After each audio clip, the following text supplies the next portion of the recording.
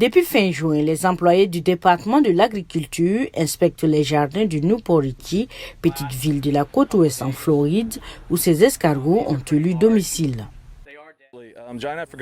L'escargot géant d'Afrique est un parasite agricole qui se nourrit de plus de 500 sortes de plantes différentes. Nous sommes donc préoccupés par sa présence dans notre environnement.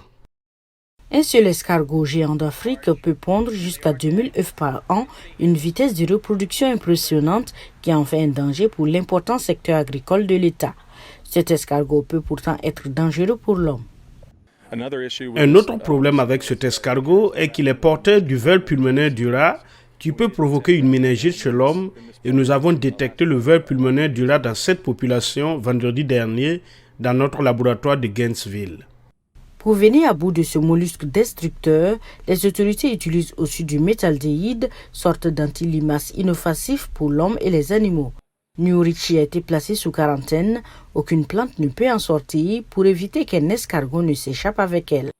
Au début, c'était un peu drôle, je vais dire, de voir toute l'attention que recevait un escargot, mais commencer à comprendre le processus de leur croissance, comment ils sont arrivés ici et quelles maladies et quels problèmes ils causent est devenu une préoccupation à ce moment-là.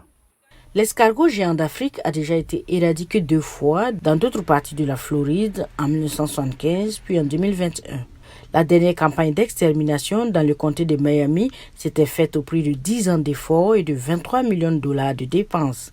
Mais le biologiste Jason Stanley est optimiste. L'invasion se déroule pour l'instant dans une seule zone hautement surveillée.